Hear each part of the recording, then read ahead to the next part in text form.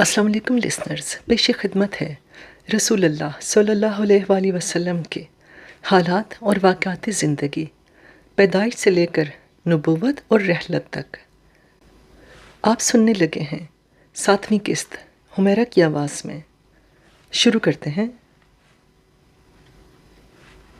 حضرت خدیجہ حضرت محمد صلی اللہ علیہ وآلہ وسلم کے لیے 3 بیٹے لائیں اور پیغمبر اسلام نے اپنے پہلے فرزند قاسم کے نام کو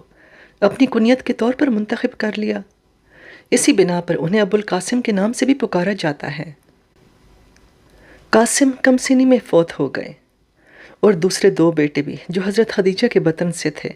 کم سنی ہی میں چل بسے۔ حضرت خدیجہ حضرت محمد کے لیے 4 بیٹیاں بھی لائیں جن کے نام یہ ہیں: رقیہ، زینب، ام کلثوم اور فاطمہ۔ ان میں سے پہلی 3 لڑکیوں کے ہاں اولاد نہ ہوئی اور صرف حضرت فاطمہ صاحب اولاد ہو سکیں۔ یہاں اس بات کا ذکر ضروری ہے کہ حضرت خدیجہ رضی اللہ تعالیٰ عنہما سے رشتہ ازدواج سے منسلک ہو جانے کے بعد حضرت محمد صلی اللہ علیہ وآلہ وسلم ان کے خاندان کا ایک رکن بن گئے اور ان کے قبیلے کے مختلف مردوں سے ان کا میل جول بڑھ گیا۔ حضرت خدیجہ کے قبیلے کے افراد اخلاق اور کردار اور خلوص اور عمل کے لحاظ سے جانے پہچانے لوگ تھے اور ان کا شمار طبقہ حنیف میں ہوتا تھا۔ حنیف دراصل ایسے لوگوں کو کہا جاتا ہے جو اگرچہ بت پرستی کی مذمت تو نہ کرتے تاہم بتوں پر خاص یقین بھی نہ رکھتے تھے۔ وہ لوگ شب و روز حقیقت کی تلاش میں رہتے اور کوشش کرتے تھے کہ ایسے مبدع کی پرستش کریں جس کی حقیقت میں کوئی شک و شبہ موجود نہ ہو۔ ایسے لوگوں میں سے ایک شخص ورقہ بن نوفل تھا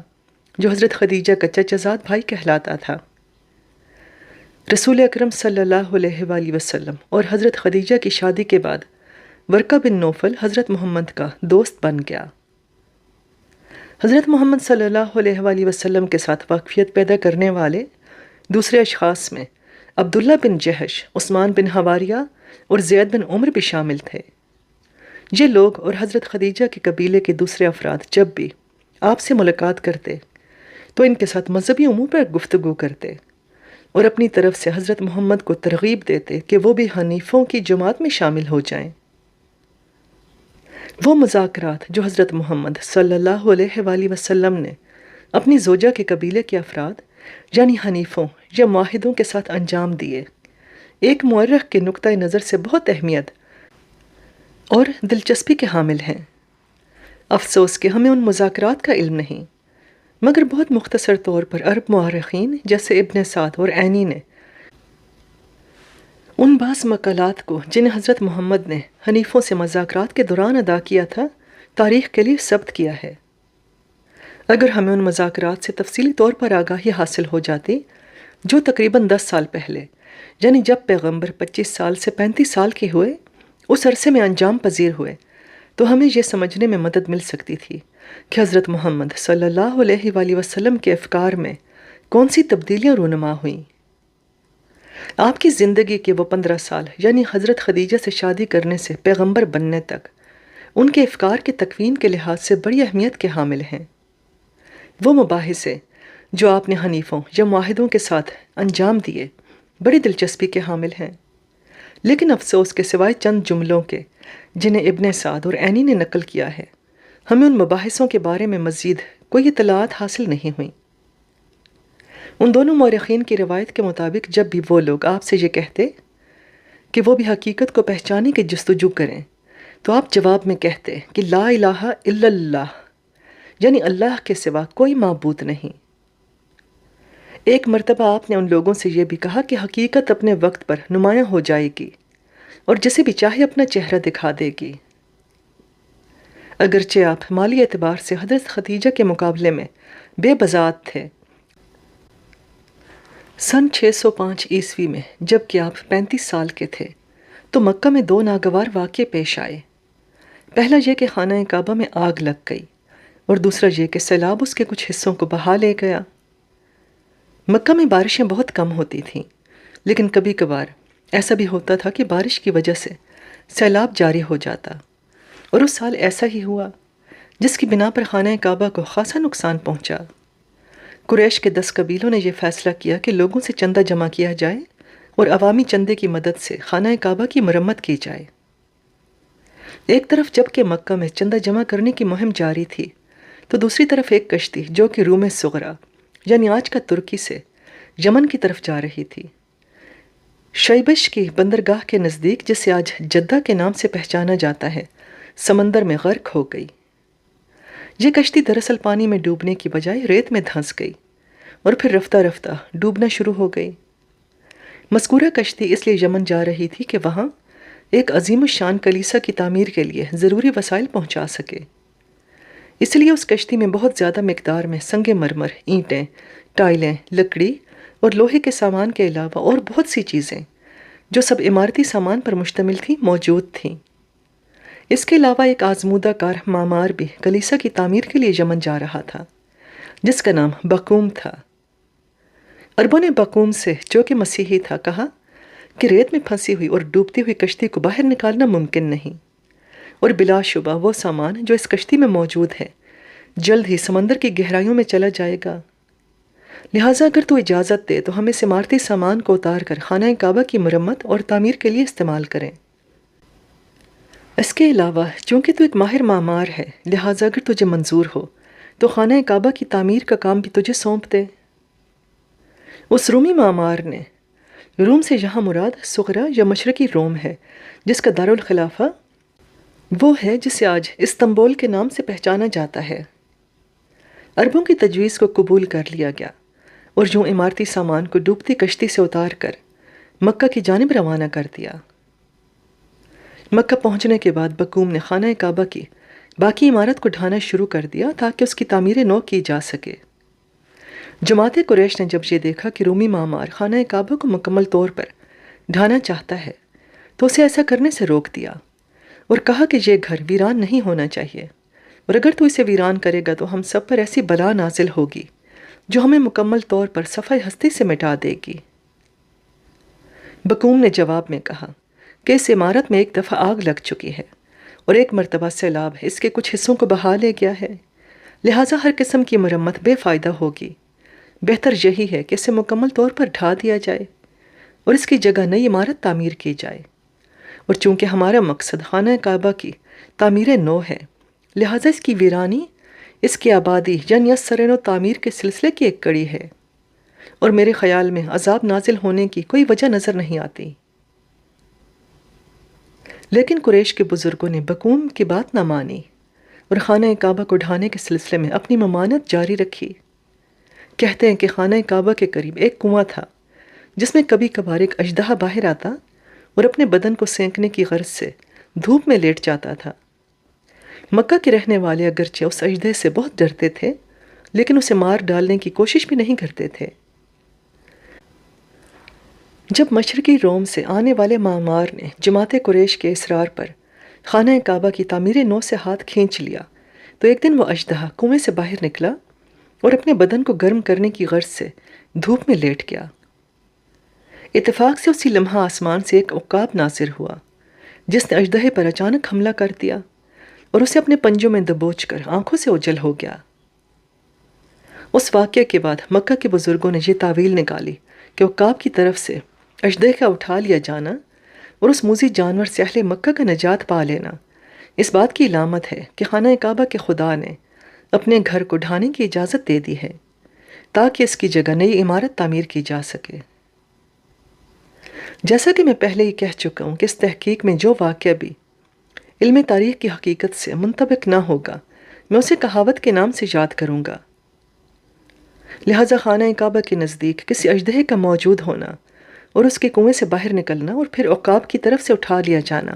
ایک کہاوت ہے، تاریخ نہیں۔ تاہم اس میں کوئی شبہ نہیں کہ قریش کے سرکردہ بزرگ آخر کار اس حقیقت سے واقف ہو چکے تھے کہ جب تک پرانے کعبہ کو ڈھایا نہ جائے تو اس کی مرمت کا کوئی فائدہ نہیں، اور اسے ویران کرنے کا مقصد دراصل یہی ہے کہ خانہ کعبہ کو اثر نو آباد کیا جائے۔ لہٰذا قریش کے بزرگوں نے خانہ کعبہ کو ڈھانے کی منظوری دے دی اور رومی معمار نے بلا توقف اپنا کام شروع کر دیا۔ جب عمارت مکمل ہو گئی تو جنت سے آنے والے آسمانی پتھر حجر الاسود کو خانہ کعبہ کی نئی عمارت میں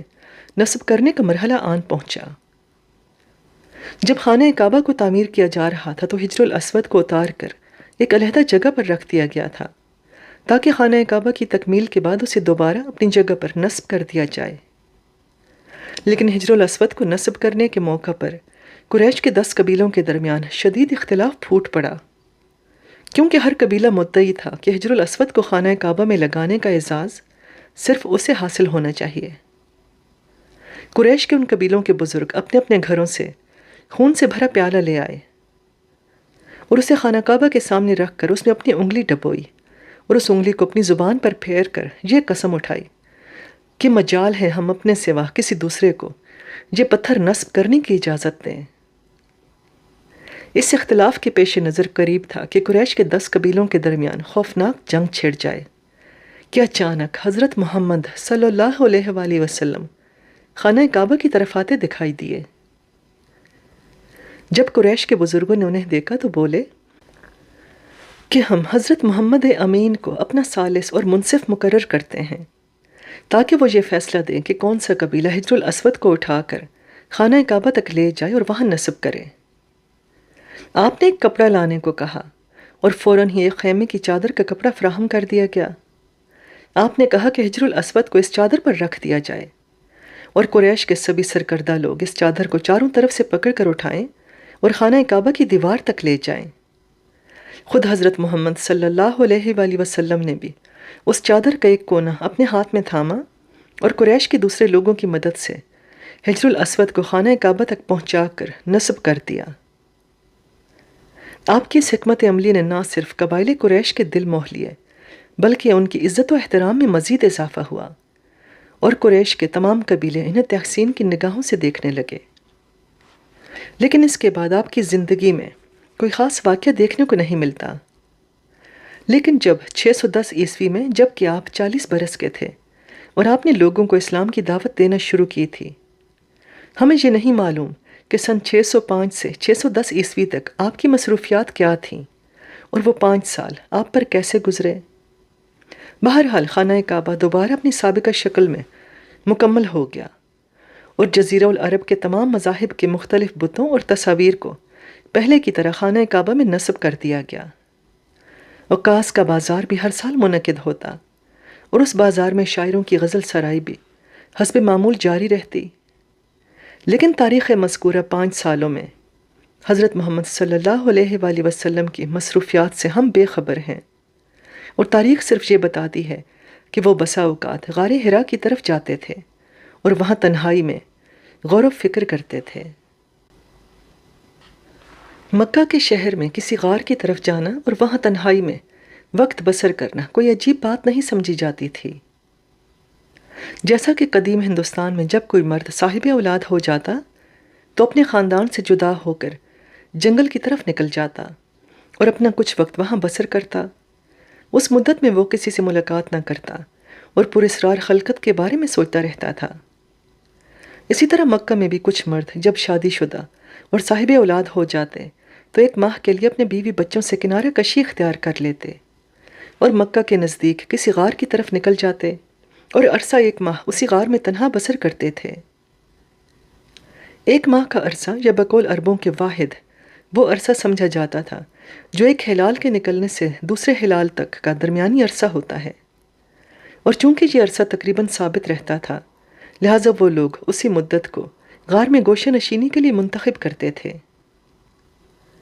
آپ سے پہلے آپ کے جد امجد حضرت عبد المطلب بھی ہر سال 1 ماہ کا عرصہ اسی غار میں گزارتے تھے، اور کچھ دوسرے موخد بھی جب وہ عمر رسیدہ ہو جاتے تھے تو مکہ کے نزدیک کسی غار میں پناہ لے کر کچھ عرصہ تنہائی میں بسر کرتے تھے۔ آپ کی یہ عادت تھی کہ رمضان کے مہینے میں غار حرا کی طرف جاتے، اور اس کی وجہ یہ تھی کہ ماہ رمضان میں ایک رات ایسی ہے جسے شب قدر کہتے ہیں، اور اس رات میں انسان جو بھی چاہے اسے حاصل ہو سکتا ہے۔ ایک ترک محقق اسد بیگ جس نے حضرت محمد صلی اللہ علیہ وآلہ وسلم کی زندگی پر تحقیقی کتاب تحریر کی ہے، وہ لکھتا ہے کہ عرب باشندوں کا یہ عقیدہ تھا کہ شب قدر میں خدا کی ساری کائنات آرام کرتی ہے یا سو جاتی ہے، دریاؤں کا پانی ٹھہر جاتا ہے، ہوائیں چلنا بند ہو جاتی ہیں، اور ساری دنیا پر ایسا سکوت طاری ہو جاتا ہے کہ انسان ایک پودے کے زمین سے سر اٹھانے اور غنچے کے کھلنے کی آواز کو بھی سن سکتا ہے۔ اور وہ لوگ جنہیں شب قدر کو پانے کی سعادت حاصل ہو اور اس رات کو جاگتے ہوئے گزاریں تو وہ جو بھی چاہیں انہیں نصیب ہو جائے گی۔ میں یعنی مصنف کچھ عرصہ کے لیے جزیرہ العرب یعنی سعودی عربیہ میں رہا ہوں، اور میں نے غار حرا کا مشاہدہ بھی کیا ہے، لہٰذا وہاں کی صورتحال کو یہاں بیان کر رہا ہوں۔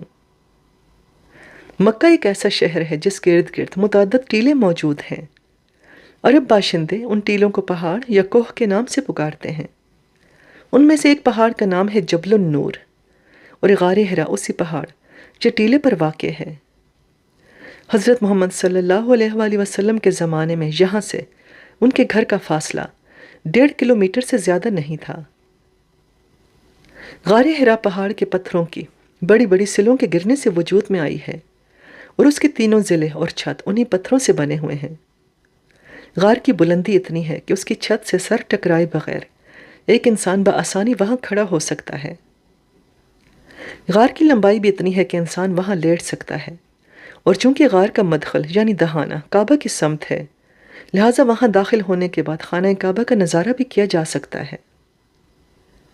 غار کا فرش اس کی دیواروں اور چھت کے برعکس تقریباً صاف اور ہموار ہے، لہٰذا اس پر کوئی چادر یا چٹائی بچھا کر آسانی سے بیٹھا یا لیٹا جا سکتا ہے۔ آج غار کے دہانے کی صورتحال یہ ہے کہ اس تک پہنچنے کے لیے پتھروں میں کھدی ہوئی سیڑھیوں کو عبور کرنا پڑتا ہے تاکہ غار میں قدم رکھا جا سکے۔ عربی لوگوں کا خیال یہ ہے کہ حضرت محمد کے زمانے میں یہ سیڑھیاں موجود نہیں تھیں۔ غار حرا میں انسان چاہے بیٹھے یا لیٹے بہر صورت خانہ کعبہ کا نظارہ کر سکتا ہے، اور آپ نبی کریم صلی اللہ علیہ وآلہ وسلم اس غار سے خانہ کعبہ کے علاوہ اپنے گھر کو بھی دیکھ سکتے تھے۔ کوئی یہ نہیں جانتا کہ آپ اس غار میں کن خاص موضوعات کے بارے میں غور و فکر کیا کرتے تھے، لیکن جیسا کہ خود انہوں نے ابن حشام کی تحریر کے مطابق امی خدیجہ کو بتایا کہ وہ اس غار میں دنیوی امور کے بارے میں بالکل نہیں سوچتے تھے۔ ایک رات جب آپ غار حرا میں اپنی قبا اوڑے لیٹے ہوئے تھے اور آپ پر غنودگی یعنی نہ نیند نہ بیداری کی حالت طاری تھی، تو ایک شخص نے انہیں جگایا اور ابن حشام کی تحریر کردہ کتاب کے مطابق ایک کپڑا انہیں دکھایا۔ ابن حشام نے لکھا ہے کہ وہ ایک ریشمی کپڑے کا ٹکڑا تھا جس پر سنہرے حروف میں کچھ الفاظ لکھے ہوئے دکھائی دیتے تھے، اور جس شخص نے حضرت محمد کو جگایا تھا اس کے بدن سے نور منتشر ہو رہا تھا۔ جب حضرت محمد صلی اللہ علیہ وآلہ وسلم اٹھ کر بیٹھ گئے تو اس شخص نے ریشمی کپڑا ان کی نگاہوں کے سامنے لاتے ہوئے کہا، اقرا یعنی پڑھو۔ اس شخص کے ہاتھوں کے دباؤ نے کچھ اس طرح حضرت محمد صلی اللہ علیہ وآلہ وسلم کو تکلیف میں مبتلا کر دیا کہ قریب تھا کہ وہ درد کی شدت سے بے ہوش ہو جائیں، تاہم انہوں نے کہا، مجھے پڑھنا نہیں آتا۔ آپ کو نیند سے اٹھانے والے شخص نے کہا، اقرا بسم ربک الذی خلق، یعنی پڑھ اس رب کے نام کے ساتھ جس نے پیدا کیا۔ یہ ضروری نہیں کہ انسان حضرت محمد صلی اللہ علیہ وآلہ وسلم کی جگہ غار حرا میں ہو تو تبھی اس جملے کے اثرات کو محسوس کر سکے۔ اس جملے کا اثر اتنا زیادہ ہے کہ انسان جب بھی اس کلام کو پڑھے تو اس سے متاثر ہوئے بغیر نہیں رہ سکتا، البتہ شرط یہ ہے کہ وہ عربی زبان کو بخوبی سمجھتا ہو۔ عربی زبان پر عبور حاصل کیے بغیر اللہ کے اس کلام اور دوسری قرآنی آیات کے اثرات کو سمجھنا مشکل ہے۔ یہی وجہ ہے کہ قرآن کے وہ ترجمے جو انگریزی، فرانسیسی، جرمنی، اٹالین اور دوسری بہت سی زبانوں میں ہوئے ہیں پڑھنے والے کے دل پر اتنا اثر نہیں کرتے، اور ان لوگوں کو حیرت ہوتی ہے کہ اس زمانے میں عرب باشندے کیوں کر اس کلام کو سن کر پیغمبر پر ایمان لے آتے تھے۔ خاصہ یہ ہے کہ قرآن بھی دوسری آسمانی کتابوں کی طرح ایک خاص طرز نگارش کا حامل ہے، اور اس میں بعض کلمات اور حتیٰ کہ کچھ جملات بار بار دہرائے گئے ہیں، جبکہ ایک فرانسیسی یا انگریزی پڑھنے والے کے نقطۂ نظر میں مختلف جملوں کی تکرار اس کے اثرات کو کم کرنے کا سبب بنتی ہے۔ لیکن جو بھی عربی زبان کو سمجھتا ہو، جب اس جملے کو جو بسم اللہ الرحمن الرحیم کے بعد قرآن کی 96 سورہ العلق کی پہلی آیت ہی میں پڑھتا یا سنتا ہے تو فوراً سمجھ جاتا ہے کہ ان الفاظ میں کتنا اثر اور کتنی گہرائی موجود ہے۔ جب حضرت محمد صلی اللہ علیہ وآلہ وسلم نے ان کلمات کو سنا تو انہیں اپنے ذہن میں محفوظ کر لیا اور اس شخص کے کہنے پر انہیں دہرایا بھی۔ سارے مسلمان دانشور اور مفکر اس بات پر متفق ہیں کہ اقرا بسم ربک الذی سے مراد یہ ہے کہ حضرت محمد صلی اللہ علیہ وآلہ وسلم جب بھی اللہ کے کلام کو زبان پر لانا چاہیں تو اس سے پہلے اللہ کا نام لیں۔ اسی بنا پر قرآن مجید کی تمام صورتوں سوائے سورہ توبہ کے آغاز میں اللہ کا نام یعنی بسم اللہ الرحمن الرحیم ذکر ہوا ہے۔ سورہ العلق 19 آیات پر مشتمل ہے اور تمام اسلامی دانشوروں کی تصدیق کے مطابق یہ قرآن کی پہلی سورہ ہے جو غار حرا میں آپ پر نازل ہوئی اور معنی اور مفہوم کے لحاظ سے قرآن کی مشہور اور برجستہ صورتوں میں سے ایک ہے۔ اس سورہ کی دوسری آیہ میں کہا گیا ہے خلق الانسان من علق، یعنی اللہ نے انسان کو خون کے لوتھڑے سے خلق کیا، اور چوتھی آیت میں آیا ہے الذی علم بالقلم، یعنی اللہ نے انسان کو قلم کے ساتھ علم دیا، اور پانچویں آیت کہتی ہے علم الانسان ما لم یعلم، یعنی انسان جو نہیں جانتا تھا وہ اللہ نے اسے سکھایا۔ آپ نے اس سورہ کی 19 آیات کو جب سنا تو انہیں اپنے ذہن میں محفوظ کر لیا۔ ان آیات کا ایک بار سننا کافی تھا کہ وہ آپ کے ذہن میں محفوظ ہو جاتی، جبکہ حضرت محمد صلی اللہ علیہ وآلہ وسلم امی تھے، یعنی پڑھنا جانتے تھے اور نہ ہی لکھنا۔ اگرچہ حضرت محمد امی تھے لیکن ان پر نازل ہونے والی پہلی آیات میں علم و قلم یعنی لکھنے اور لکھانے، علم حاصل کرنے اور علم پھیلانے کا ذکر ہوا ہے۔ دنیا کا کوئی بھی دین حصول علم کے لیے اتنی اہمیت کا قائل نہیں، اور آپ کو اسلام کے سوا کوئی اور دین ایسا نہیں ملے گا جس کی ابتدا ہی میں علم و معرفت کو اتنی اہمیت اور فوقیت حاصل ہوئی ہو۔ میں تمام مسلمانوں کو مبارکباد پیش کرتا ہوں کہ ان کے دین کے آغاز ہی میں حصول علم کو اتنی اہمیت دی گئی ہے کہ کچھ مسلمان علماء نے اسی سورہ کو مد نظر رکھتے ہوئے علم حاصل کرنے کو دین کے واجبات میں شمار کیا ہے، اور ان کا نظریہ یہ ہے کہ جیسا کہ ایک مسلمان پر نماز پڑھنا اور روزے رکھنا فرض ہے، اسی طرح علم کا حاصل کرنا بھی اس پر واجب ہے۔ بہرحال جس نے سورہ العلق کی 19 آیات آپ کو سنائی وہ کچھ دیر کے بعد نظروں سے اوجھل ہو گیا۔ طبری نے آپ کے قول کے مطابق جسے انہوں نے حضرت خدیجہ کو نقل کیا تھا اپنی کتاب میں لکھا ہے جب وہ شخص چلا گیا تو میں نے اٹھنے کی کوشش کی لیکن میرے زانو اتنے سست اور بے جان ہو چکے تھے کہ میں زیادہ دیر تک کھڑا نہ رہ سکا اور دوبارہ زمین پر بیٹھ گیا۔ کچھ دیر اسی حالت میں بیٹھا رہنے کے بعد جب میرے گھٹنوں میں کچھ قوت پیدا ہوئی اور میں کھڑا ہونے کے قابل ہوا تو اپنے گھر کی طرف روانہ ہو گیا، لیکن میرے کندھے ابھی بھی لرز رہے تھے۔ ابھی میں نے آدھا راستہ بھی طے نہیں کیا تھا کہ مجھے ایک آواز سنائی دی جو کہہ رہی تھی یا محمد تم اللہ کے رسول ہو اور میں جبرائیل ہوں۔ وہ آواز آسمان سے آ رہی تھی۔ میں نے اپنا سر بلند کیا اور دیکھا کہ وہ شخص جس کے رخسار انسان جیسے ہیں آسمان پر کھڑا ہوا ہے اور آواز دے رہا ہے یا محمد تم اللہ کے رسول ہو اور میں اس کا فرشتہ جبرائیل ہوں۔ میرے قدم منجمد ہو گئے اور میں اسے مبہوت نگاہوں سے دیکھنے لگا۔ میں نہ تو آگے بڑھ سکتا تھا اور نہ ہی پیچھے ہٹ سکتا تھا۔ میں نے اپنی نگاہوں کو دوسری طرف پھیر لیا لیکن وہاں بھی جبرائیل کو اسی حالت میں کھڑا پایا۔ پھر میں نے آسمان میں دوسری طرف نظر اٹھائی تو وہاں بھی جبرائیل کو موجود پایا۔ میں جس طرف بھی نظر اٹھاتا اسے موجود پاتا، یہاں تک کہ وہ خود ہی رفتہ رفتہ نگاہوں سے اوجھل ہو گیا۔ اس کے بعد مجھ پر شدید تھکن کا احساس طاری ہو گیا اور میں بڑی مشکل سے گھر تک پہنچ سکا۔ امی خدیجہ روایت کرتی ہیں کہ جب حضرت محمد صلی اللہ علیہ وآلہ وسلم گھر پہنچے تو میں نے دیکھا کہ ان کے چہرے کا رنگ پھیکا پڑ چکا ہے اور وہ اتنے خستہ حال دکھائی دیتے ہیں کہ دیوار سے ٹیک لگائے آہستہ آہستہ میری جانب قدم بڑھا رہے ہیں۔ اس رات کو جو ماہ رمضان کی ایک رات تھی، آپ پر طاری ہونے والے احساس خستگی پر حیرت نہیں کرنی چاہیے، کیونکہ اللہ کا کلام سننا انسان کے لیے ایک بہت بڑا واقعہ ہے،